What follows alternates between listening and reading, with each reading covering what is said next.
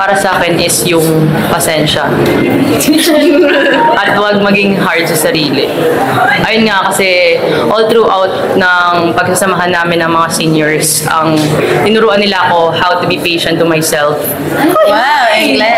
And ayun, huwag lang maging hard kasi nga mahirap na kapag iniisip mo kunwari yung mga problema or yung error, mas parang dadami palalo yun. Kaya ayun, I learned how to be patient and Sa akin naman, same din naman yung pasensya din. Kasi nga, sobrang, lagi akong na nagkakamali ako. Lagi yan kapag sinasabi ni Coach Seth na nagkakamali ako. Sabi niya, bawi ka lang, bawi ka lang. Kaya ako sobrang ma-overthink. So ayun, yung natutunan ko na parang kapag nagkakamali, let go na lang agad. Then, ayun, focus na sa next na gagawin. For me, yung yung fighting spirit nila and determination sa game.